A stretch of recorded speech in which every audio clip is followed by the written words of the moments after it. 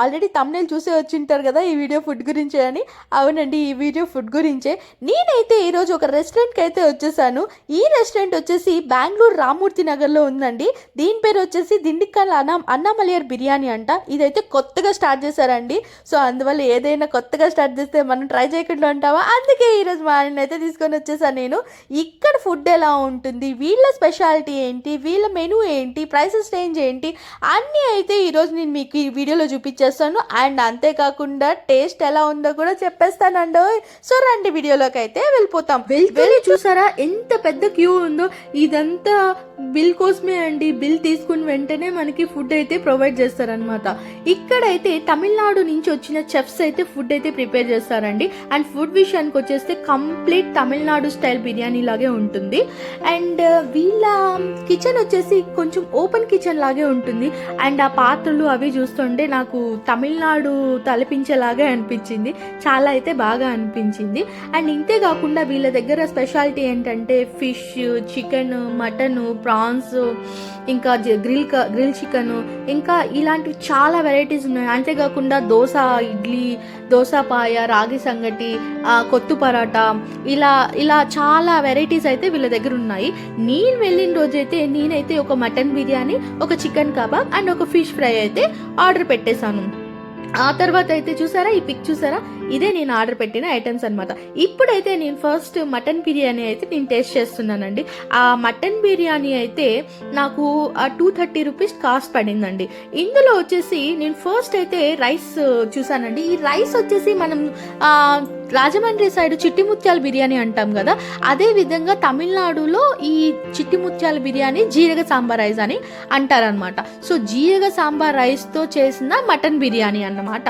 So నేను taste చేసిన వెంటనే నాకు ఆ మసాలా అంతా దిగి ఇంకా మటన్ ఫ్లేవర్ అంతా ఆ రైస్లో పట్టి రైస్ అయితే చాలా ఫ్లేవర్ఫుల్గా అనిపించింది నాకైతే. బట్ బిర్యానీ అయితే నేను వెళ్ళింది నైట్ టైం 7 o'clock వెళ్ళాను. అప్పుడు వెళ్ళాను కాబట్టి ఆ బిర్యానీ అయితే నాకు చల్లగా అయిపోయిందండి. అంత వేడిగా ఏమీ లేదు. సో బిర్యానీ అంటే వేడిగా తింటేనే కదా ఆ మజా ఉంటుంది. సో నాకు చల్లగా అయిపోవడం వల్ల బిర్యానీ తిన్న ఫీలింగే నాకు అనిపించలేదండి. ఆ తర్వాత వచ్చేసి మటన్ మీట్ విషయానికి వచ్చేస్తే మీట్ అయితే చాలా టెండరీగా, జ్యూసీగా అనిపించింది. బాగా అయితే కుక్ అయింది.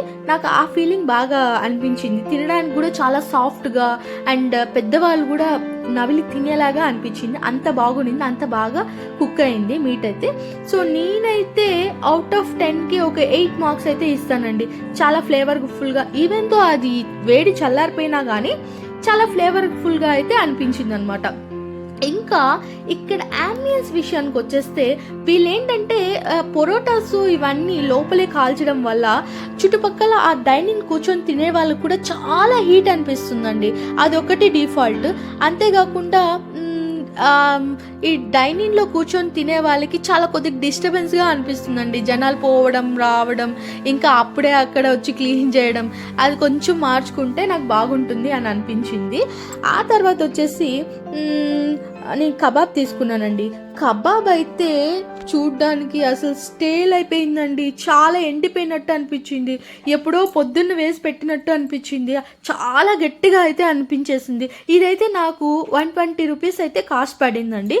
సో ఇక్కడ నాకు తినాలని అనిపించలేదండి. ఏంటంటే మసాలా కూడా అస్సలు పట్టలేదు. అండ్ తింటుంటే ఏదో చెక్క నవిలినట్టు అనిపించింది. ఒక మహా బాగుండకుండా ఏమీ లేదు, అలా అని బాగా కూడా లేదు. ఒక మీడియం టేస్ట్ అయితే ఉంది. సో ఒకసారి అయితే తీసుకోవచ్చండి. బట్ డిసప్పాయింట్ మాత్రం మీరు ఖచ్చితంగా అవుతారు. సో నా సజెషన్ ఏంటంటే కబాబ్ అయితే ఇక్కడ అంత టేస్ట్గా అయితే ఏమీ లేదండి. నాకు అస్సలు నచ్చలేదు. నాకు మనీ కూడా వేస్ట్ అయిపోయింది అని అనిపించింది. ఆ ఫీలింగ్ కలిగింది. నేను అవుట్ ఆఫ్ 10కి కబాబ్కి అయితే ఒక 5 రేటింగ్ అయితే ఇస్తానండి. అంతేం బాగలేదు. ఆ తర్వాత అయితే నేనైతే ఫిష్ అయితే ట్రై చేశానండి. ఇక్కడ నేను తీసుకున్న ఫిష్ వచ్చి బాంగ్డా ఫిష్ అంట. ఇది కూడా తమిళనాడు ఫేమస్ ఫిష్ అంట. సో అది టేస్ట్ బాగుంటుందని వాళ్ళు సజెస్ట్ చేయడంతో అదైతే ఒక ఫిష్ అయితే ఆర్డర్ చేశాను అన్నమాట. సో ఈ ఫిష్ వచ్చేసి నాకు అరౌండ్ 70 రూపీస్ కాస్ట్ పడిందండి. సో నాకు ఆర్డర్ ఇచ్చిన ఆల్మోస్ట్ 30 మినిట్స్కి ఇచ్చాడండి. చాలా లేట్ అయిపోయింది.